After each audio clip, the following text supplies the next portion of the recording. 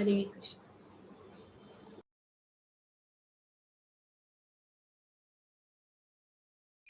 हरे कृष्ण माता जी। मैं श्री श्री श्याम सुंदर राधा श्याम सुंदर के चरणों में ये फल अर्पण करना चाहती हूँ।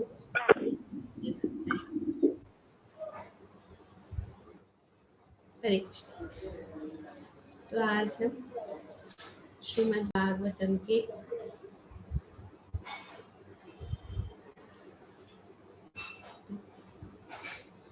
हरे कृष्ण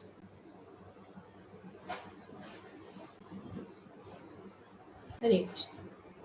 तो आज हम श्रीमद् भागवतम के तीसरे स्कंद के 5वें अध्याय के दूसरे श्लोक को पढ़ रहे और उसको समझने की कोशिश कर रहे। तो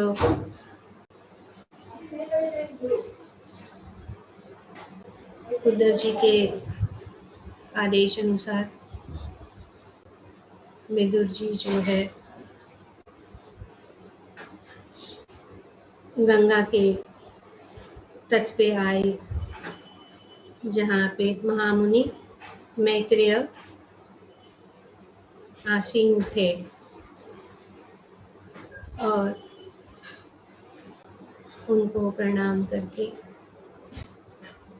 उन्होंने उनसे कहा या उन्होंने जिज्ञासा की। विदुर ने कहा, हे महर्षि, इस संसार का हर व्यक्ति सुख प्राप्ति करने के लिए सकाम कर्मों में प्रवृत्त होता है, किंतु उसे न तो तृप्ति मिलती है और न ही उनके दुख में कोई कमी आती है। तो यहाँ पे ये प्रश्न, पहला प्रश्न विदुर पूछ रहे हैं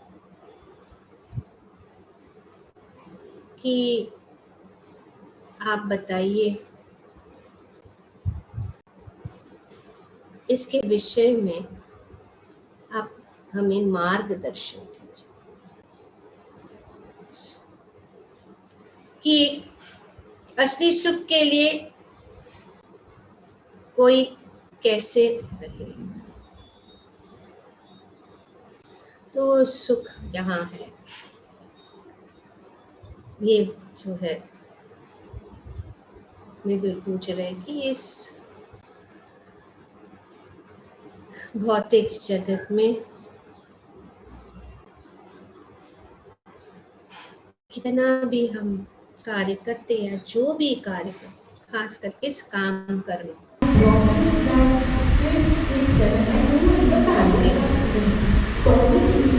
तो सकाम कर्म का अर्थ क्या है? सकाम कर्म का अर्थ ये है जो कार्य हम अपनी इंद्रिय तृप्ति के लिए करते हैं, इंद्रियों को तृप्त करने के लिए हम कार्य करते हैं। और जो कुछ भी कार्य करते हैं उसमें जो कुछ भी हमें फल मिलता है, वो जो है हम अपनी इंद्रिय तृप्ति में उसको करते हैं।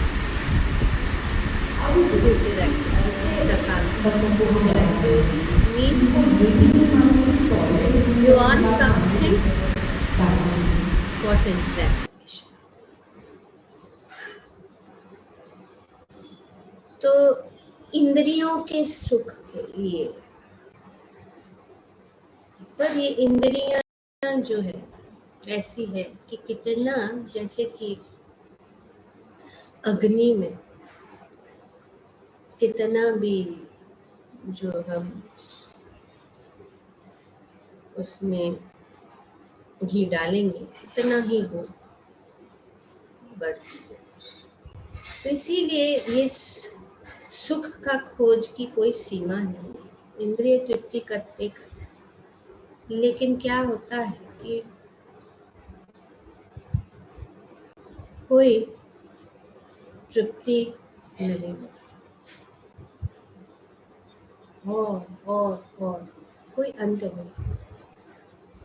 और दो चीजें हैं यहाँ पे, विदुर जी कह रहे हैं कि उसे न तो तृप्ति मिलती है और न ही उसे दुख में कोई कमी आती।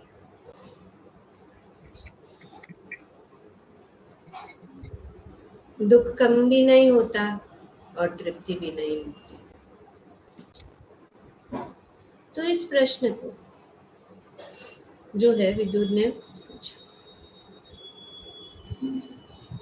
ये आश्चर्यजनक है।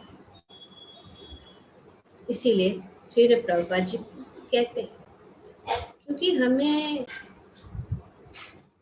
जानना जरूरी है कि विदुर को उद्धव जी ने किस लिए भेजा था मैत्रेय मुनि के पास। ये सब चीजों के लिए नहीं, क्योंकि पहले ही बताया गया था कि वे जो है इन सब चीजों से परे है। तो विदुर ने मैत्रेय मुनि से कुछ सामान्य प्रश्न पूछे, क्योंकि ये सामान्य प्रश्न पूछने के लिए इतने बड़े महान ऋषि के पास जाकर ये पूछे, खास करके विदुर जैसे व्यक्ति, जो यहाँ पे बताया कि विदुर ने मैत्रेय से कुछ सामान्य प्रश्न पूछे, किंतु उनका मूल अभिप्राय यह नहीं था। उनको क्या जानना चाहते हैं? वे जानना चाहते हैं भगवत विज्ञान, सबसे जो ऊंचा ज्ञान है वो जानने के लिए उनको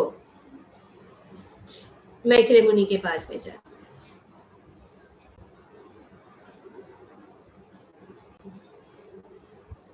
अभी कॉलेज में बड़ा प्रोफेसर है, वो बड़ा विज्ञानी है, उसको पता है।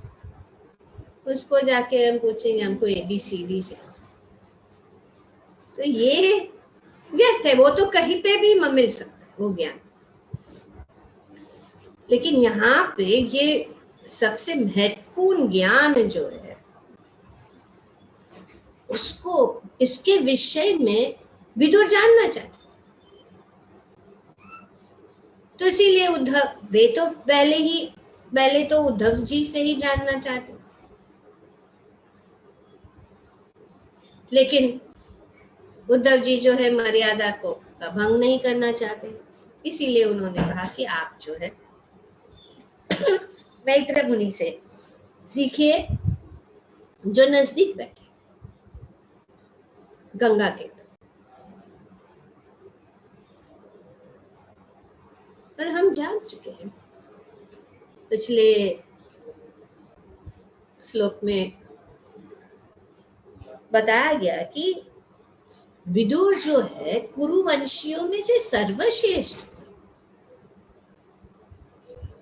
वे भगवत भक्ति में परिपूर्ण थे।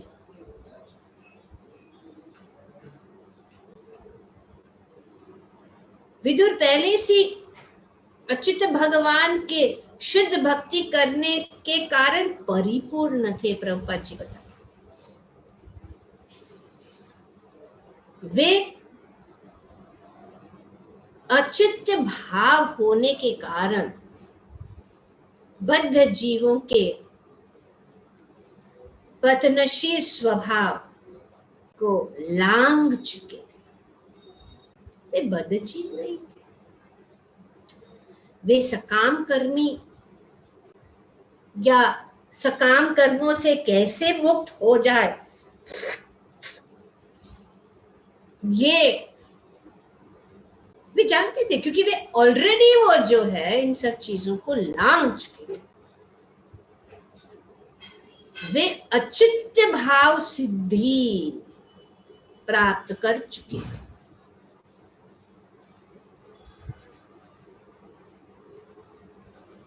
वो क्या है?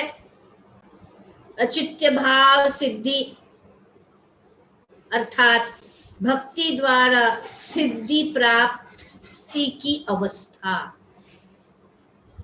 भक्ति द्वारा जो सिद्धि, वो परम सिद्धि है। भक्ति भाव की अवस्था जो उन्होंने लांग चुके थे, इसका वर्णन जो है, ये भक्ति क्या है, इसका वर्णन जो है हम बहुत सुंदर रूप से सुखदेव गोस्वामी ने दूसरे स्कंद में भी बताया है कि ये सकाम कर्म जो है उससे कैसे मुक्त हो सके, और वो अवस्था को विदुर प्राप्त हो चुके थे। वे किस लिए गए थे मैत्रेय मुनि के पास? उधर ने विदुर से मैत्रेय मुनि के पास जाकर भगवान के नाम, यश, गुण, रूप, लीलाओं, पार्षद इत्यादि के सारे सत्यों के विषय में एक्सक्यूज मी जिज्ञासा करने के लिए कहा था, तो इसके लिए वे गए। अधिक अधिक ज्ञान किसके विषय में? भगवान के विषय। Excuse me. कोई इस विषय मैत्रेय मुनि के पास पहुंचे थे, इसीलिए सत्य के विषय में जिज्ञासा करने के लिए उन्होंने उनको कहा था, और इसीलिए वो गए। अतएव जब विदुर मैत्रेय मुनि के पास पहुंचे तो उन्होंने केवल भगवान के विषय में पूछना चाहिए था। ये कहां से वो पूछ रहे कि आप बतलाइए कि ये सकाम कर्म से प्रवृत्त होता है वो व्यक्ति, हम सुख पाना चाहता है, ये प्रश्न ये उनका लिए। तो क्या कारण?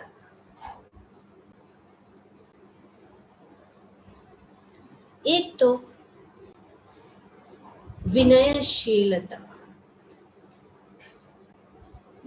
विनयशीलता यहाँ पे बताया जा रहा है उदाहरण से, विदुर जी के उदाहरण से, कि किस प्रकार से एक महान ज्ञानी, महान ऋषि या गुरु को कैसे हमें अप्रोच करना है, और वो है विनयशीलता।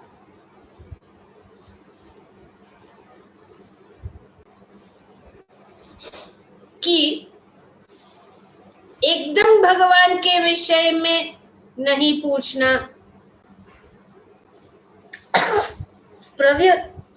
प्रत्युत ऐसे विषय पर प्रश्न पूछा जा जो जन सामान्य के लिए अत्यधिक महत्व का हो सकता है। तो उन्होंने डायरेक्टली भगवान के विषय में नहीं पूछा। वे इसीलिए पूछ रहे क्योंकि भक्त का उद्देश्य ये भी है कि जन सामान्य लोगों का भी हित हो, क्योंकि यही परिस्थिति सबका है। जो यहाँ पे उन्होंने जो प्रश्न पूछा है कि दुख क्यों भोग रहे, इसीलिए उन्होंने ये प्रश्न पूछा।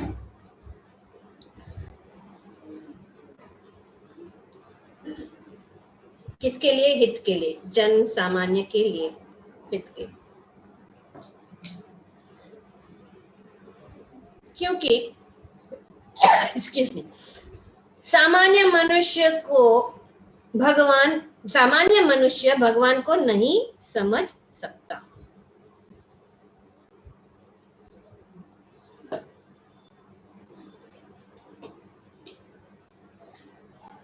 सामान्य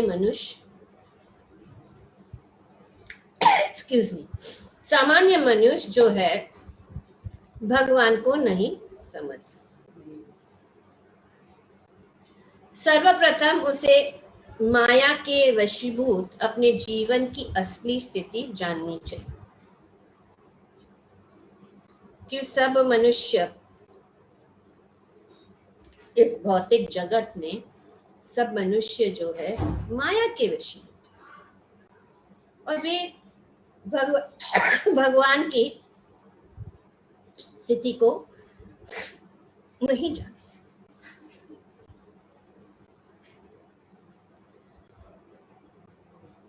और क्योंकि भगवान को नहीं जानते तो क्या सोचता है, मोह में आकर मनुष्य सोचता है कि वह मात्र सकाम कर्मों के द्वारा सुखी हो सकता है। वो सोचता है कि यही सब कुछ सुख सिर्फ सकाम कर्म एक्सक्यूज मी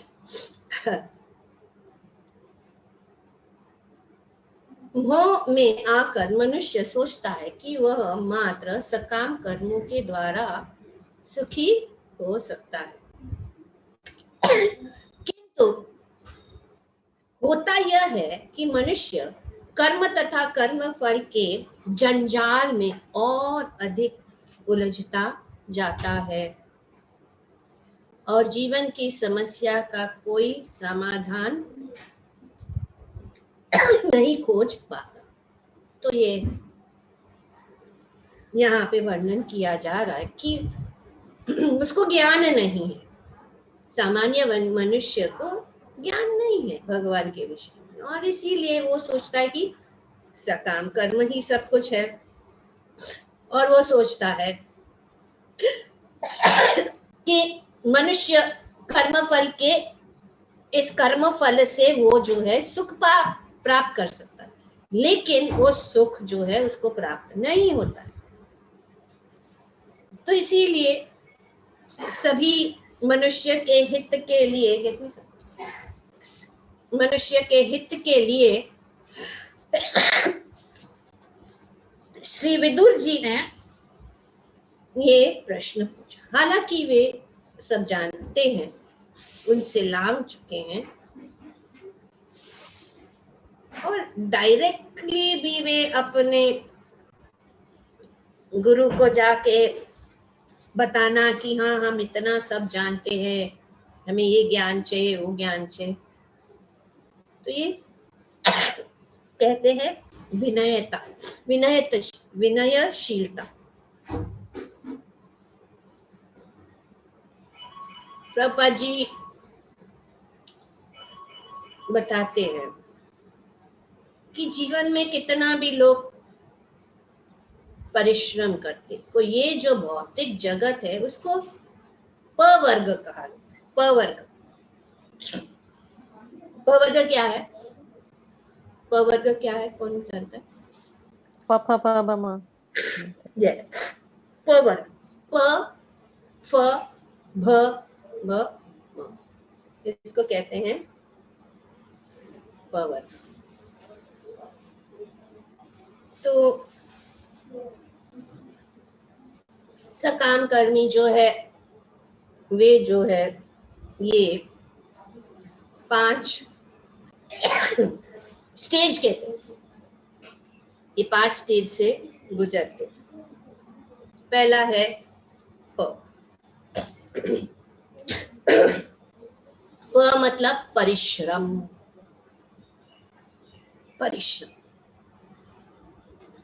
बहुत परिश्रम करते, किसके लिए? इंद्रिय भोग, इंद्रिय सुख के लिए इतना परिश्रम करते हैं, वो सोचते हैं कि उससे वो प्राप्त, और उससे करते करते वो जो है फ मतलब फेन फेन निकलता है। उसको इतना परिश्रम करता है दिन रात, और अभी यही चल रहा है कि बिना खाए पिए सोए पूरा सुबह से लेकर रात का परिश्रम। किसके लिए? थोड़ा सा सुख के। और इसका उदाहरण यहाँ पे, वो सुख प्राप्त करने के लिए ये किसके लिए? उसको जलाने के लिए, जलाने। जो भी परिश्रम करके आखिर में अंत में उसको आग से भस्म करने के लिए, अंत में यही है, सब भस्म हो जाता। तो यहाँ पे उदाहरण, तो ये फेन फेन निकलता है, इतना परिश्रम। जैसे कभी घोड़ा को देखते हैं, घोड़ा जो है इतना उसे काम करता है, इसके मुंह से सब फेन निकलता है, इतना काम करता है। और फिर क्या है? व्यर्थता, व्यर्थता मतलब डिसअपॉइंटमेंट। इतना सब परिश्रम करके फेन निकलते निकलते अंत में कुछ हाथ में आता है, व्यर्थ, कोई गारंटी नहीं है। तो इतना कष्ट है। और फिर अगर कुछ हाथ में भी आया तो भय रहता, प फ भ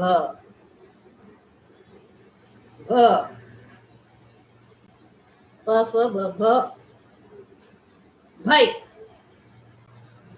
अगर कुछ मिल गया तो कोई उसे छीन न ले,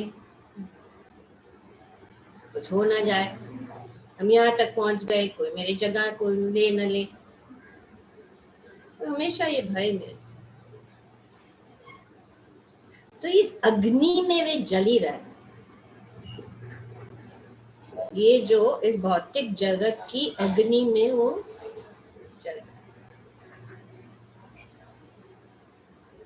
और प फ भ भ म, मृत्यु।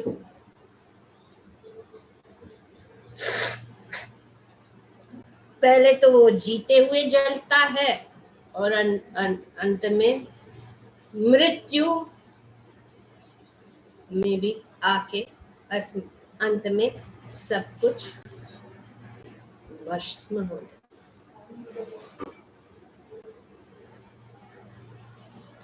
तो यहाँ पे प्रभुपाद जी उदाहरण दे रहे हैं कि जीवन का सारा सुख प्राप्त करने की महती इच्छा के कारण मैंने ये घर बनाया। कोई एक गर्म पानी, एकदम थोड़ा गर्म।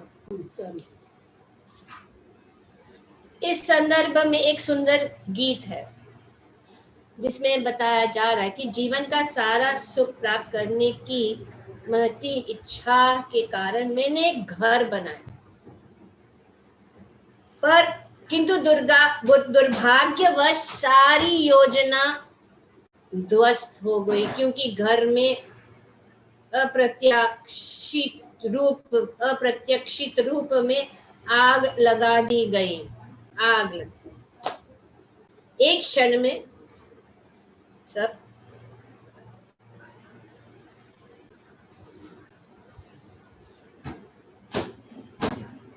हर व्यक्ति भौतिक जगत में योजना बनाकर रहने से सुखी बनना चाहता। सब योजनाएं जो है सब लोग बनाते योजना, और आज की तो बात ही मत कर, ये प्रत्यक्ष रूप से हम आंखों से सामने देख। फिर भी लोग जो है उनका ये प्रश्न नहीं पूछ रहे, ये प्रश्न नहीं पूछ रहे, इसीलिए विदुर जो है ये प्रश्न, क्योंकि अभी तो हमारी बुद्धि इतनी नीची है कि हम प्रश्न ही नहीं पूछ रहे कि क्यों हमें जलना है, क्यों हम दुख का सामना कर, क्यों इतना सब करना, हम इतने अच्छे हैं, हम कुछ नहीं करते, किसी का कुछ नहीं बिगाड़ा, किसी को तकलीफ नहीं दिया, लेकिन हमको क्यों कष्ट आ रहा?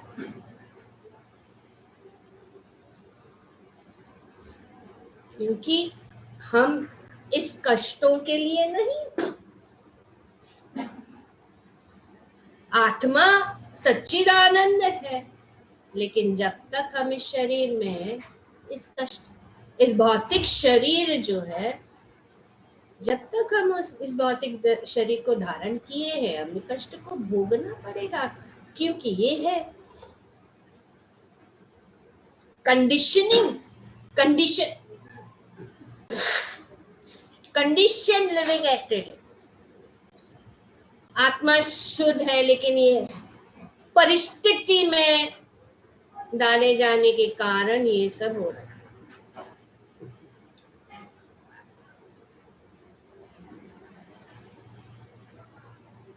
और हम योजना बना रहे, लेकिन हम ये सोच रहे कि ये योजना क्यों सफल नहीं हो रही,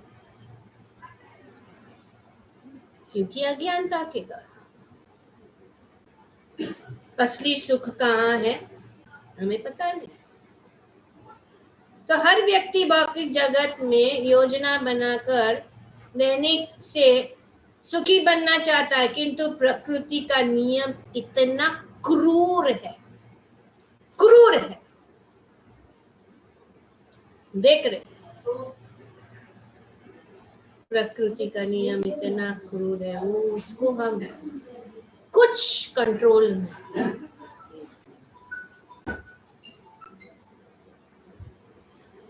ना नियम के अनुसार चल, किसी को नहीं देखती है।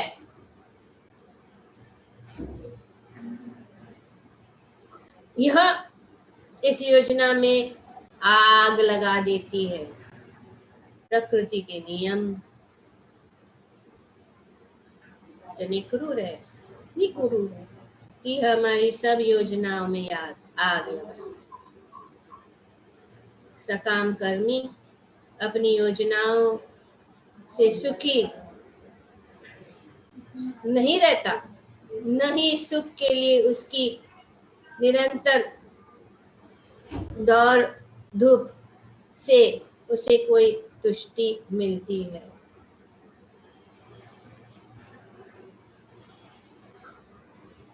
किसी को नहीं पता है, इसीलिए गुह्य ज्ञान, और ये ज्ञान जो है शास्त्रों में दिया गया कि कैसे निकले, कैसे उसको लांगे, क्योंकि ये प्रत्यक्ष रूप से हमारे सामने। अभी कोई भी नहीं कह सकता, कोई भी डिनाई नहीं कह सकते हैं कि हम इतने आयोजन बनाया है, हम सब सुखी रहेंगे। इतने बड़े बड़े मॉल, इतने बड़े बड़े एयरलाइन, रेलवे, ये सब सुंदर सुंदर बंगले सब चल रहे।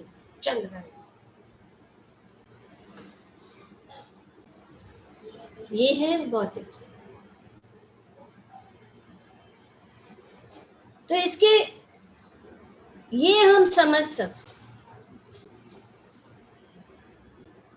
जब हमको कि ये सब क्या हो रहा है,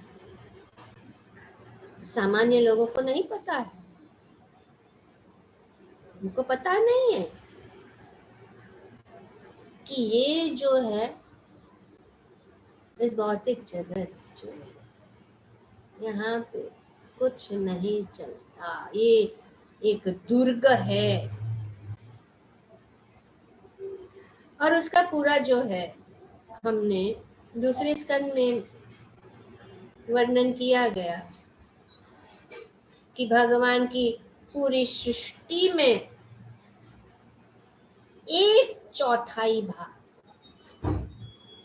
जिसमें हम इस भौतिक एक पाद कहते हैं, कब हमने देखा है एक पाद और त्रिपाद। 3/4 जो है आध्यात्मिक जगत है जहां पे कोई दुख नहीं, वहां पे ना कोई मृत्यु है, ना कोई बीमारी है, ना कोई बुरा। तो बुद्धिमान व्यक्ति को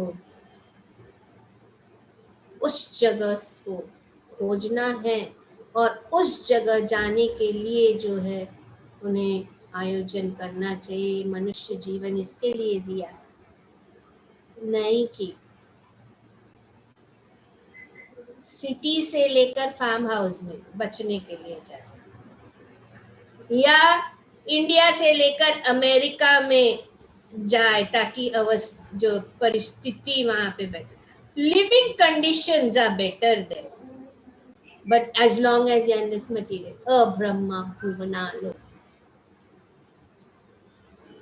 सब जगह कष्ट मृत्यु है, कहीं पे भी जाओ। और आज भी वे बहुत लोग अमेरिका की ओर देख रहे थे, यूरोप की ओर देख रहे, लंदन, ओ लंदन, अभी लंदन से सब लोग भाग के आ रहे, नाम ही नहीं देख रहे, अमेरिका को भी देख नहीं रहे, कौन जाएगा वहां पे, अभी पता लगा। लेकिन मतलब नहीं वो very good, here only India में ही सब सफरिंग सफरिंग सफरिंग सफरिंग सब जगह, कहीं पे भी रहो। हाँ एक बात इस भौतिक जगत में है, तीनों गुणों के अंदर हम कंडीशन है, कंडीशन हम इस चीज के लिए नहीं बने, हम सच्चिदानंद, पर वे आनंद नहीं मिल रहा क्योंकि हम उसको गलत जगह पे ढूंढ रहे। तो इसीलिए बहुत सुंदर रूप से श्री सुखदेव गोस्वामी ने बताया कि एक ही रास्ता है और वो है भक्ति। भक्ति से हम जो है शांति शुभ, श्री सुखदेव गोस्वामी बताए नहीं अतो अन्य शिव पंथ, शिव मतलब ऑल ऑस्पिशियस, विसत समृतो इह वासुदेव भगवती भक्ति योगो यतो भवेत्। एक ही उपाय, तो चाहे कुछ भी हो जाए, हम जो है इन सब चीजों को लाने से सुख वहां पे है, सुख भगवान के चरण कमलों में, पर हमें जो है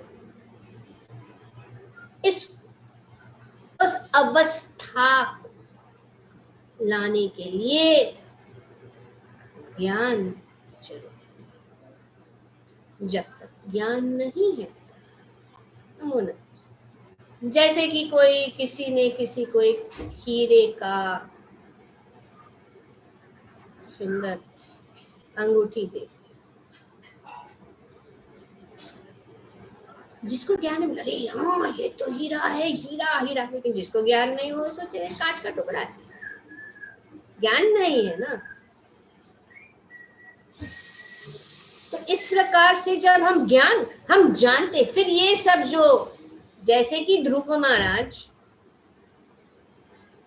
उनकी भौतिक इच्छा थी जिसके कारण उन्हें भगवान की भक्ति करना चाहते थे, क्योंकि उनकी माता ने कहा कि तुम, क्योंकि वे चाहते थे उनके परदाना से भी बड़ा राज्य वो चाहते, तब उन्होंने जब भगवान का दर्शन किया तो उन्होंने जो सुख पाया भगवान के दर्शन और भगवान की कृपा, तो भगवान प्रसन्न होकर उनको बोले कि मैं बहुत प्रसन्न हूँ तुम्हारी भक्ति से, मैं क्या चाहिए। वे अपने आप को कोसने लगे कि मैं कितना नीच हूँ, कितना गिरा हुआ हूँ कि कांच के टुकड़े के लिए मैं पीछे पड़ा था और अब आपके दर्शन के से मुझे हीरे मिल गए। मेरी कोई इच्छा नहीं, मुझे कुछ नहीं चाहिए।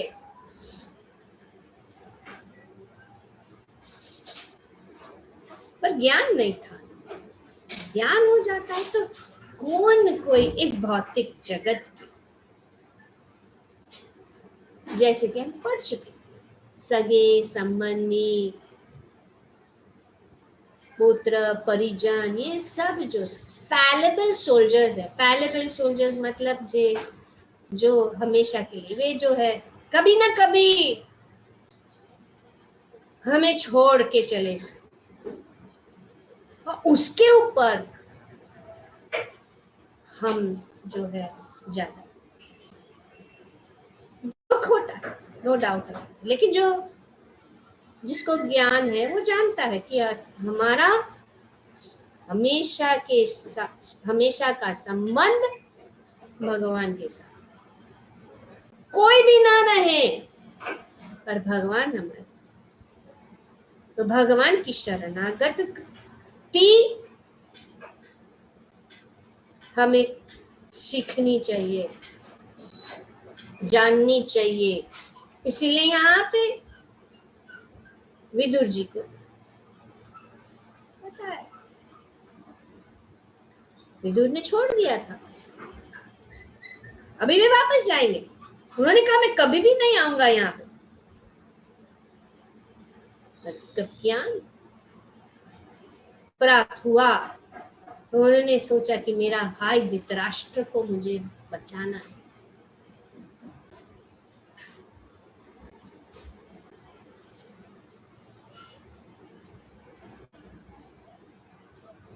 तो शास्त्र बताता है कि नहीं अतो अन्य शिव पंथा। जो लोग भौतिक विश्व में भटक रहे हैं उनके लिए भगवान कृष्ण की प्रत्यक्ष भक्ति से बढ़कर मोक्ष का कोई अधिक कल्याण कर साधन नहीं है। The most auspicious part for those suffering in this material world is devotional service. This is the word which produces prema to the Lord. तो ये जो प्रत्यक्ष बढ़कर और कुछ नहीं। जो लोग इस भौतिक जगत में घूम रहे हैं और कष्ट भोग रहे हैं उनके लिए भक्ति और भगवान की शरणागत।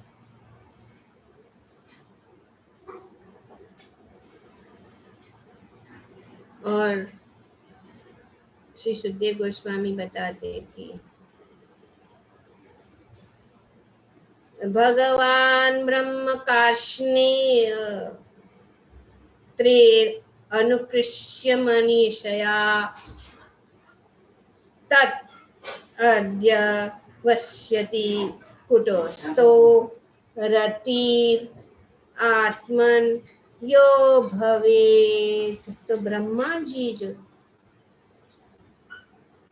महापुरुष ब्रह्मा जी ने ध्यान पूर्वक तथा अत्यंत मनयोग में वेदों का 3 बार अध्ययन किया और उनकी भली भांति संवीक्षण कर कर लेने के बाद वे इस निष्कर्ष पर आ पहुंचे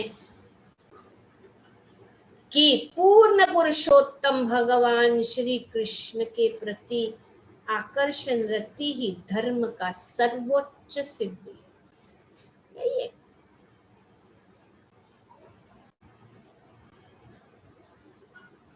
तो ये भगवान कहाँ पे है? आगे कहते हैं कि भगवान जो है,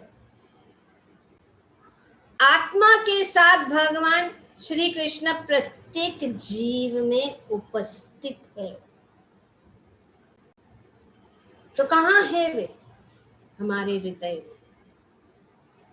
और जब हम देखते हैं तथा बुद्धि की सहायता लेते हैं, तब हमें इस तथ्य का अनुभव होता है और इसकी परिकल्पना की पुष्टि होती है। तो ये यहाँ पे बताया। इसीलिए तस्मात् सर्वात्मराजन भगवान श्री सुखदेव गोस्वामी कहते हैं कि हे परीक्षित महाराज, हे राजन, हरि सर्वता, हरि सर्वत सर्वदा। हे राजन, अतएव यह आवश्यक है कि प्रत्येक मनुष्य सर्वत तथा सर्वदा पूर्ण पुरुषोत्तम भगवान का श्रवण करे, गुणगान करे तथा स्मरण करे। तस्मात् सर्वमा राजन हरि सर्वत सर्वदा श्रोतव्यम कीर्तितव्यश्च स्मर्तव्य भगवान नाम। तो अगर वो सुख हम पाते हैं जो नहीं मिलता इस भौतिक जो सुख भगवान की सेवा में है, जो सुख भगवान का स्मरण में है, जो सुख भगवान के कीर्तन में है, वो कहीं नहीं मिल सकता। यहाँ पे स्पष्ट रूप से बताया जाए, भगवान सर्वभूतेषु, भगवान सबके हृदय में उपस्थित। इसलिए तो उपस्थित भगवान को कैसे हम अनुभव कर सकते हैं? हरि सर्वत श्रोतव्य कीर्तितव्यश्च स्मृतव्य। तो इसीलिए रोज ये जो है औषधि हमें लेना है। फिर जब हम ये औषधि को लेंगे तो हम सुखी हो जाएंगे। फिर ये जो है भौतिक जगत की जो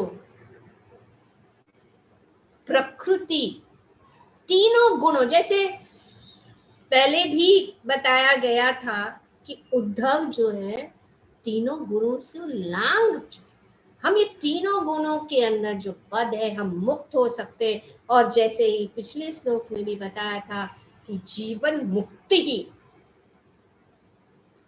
जीते हुए ही जो है हम मुक्त रहेंगे, कोई भी अवस्था में क्यों नहीं। इसीलिए ये आदेश दिया जा रहा है, पिबन्ति ये भगवत आत्मसतां कथामृत श्रवण पुतेषु समृतम् पुनन्ति ते विस्मया विदुषितसाया व्रजन्ति तच्चरण सरोरुहम्। पिबन्ति, पिबन्ति पियो, पीते रहो। कैसे पीते रहो? अपने कानों से। जो लोग भक्ति के अत्यंत भक्तों के अत्यंत प्रिय भगवान कृष्ण के अमृत तुल्य कथा को कान रूपी पात्रों से भर भर कर पीते हैं, भर भर कर। यहाँ पे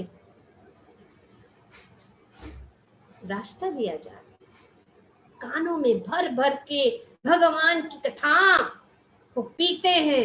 वे भौतिक भोग के नाम से व्याख्यात दूषित जीवन उद्देश्य को पवित्र कर लेते हैं, दूषित चीज को पवित्र कर लेते हैं, और इस प्रकार पूर्ण पुरुषोत्तम परमेश्वर के चरण कमलों में भगवत धाम को वापस जाते हैं। आउट फ्रॉम एक प्रात टू कृपा।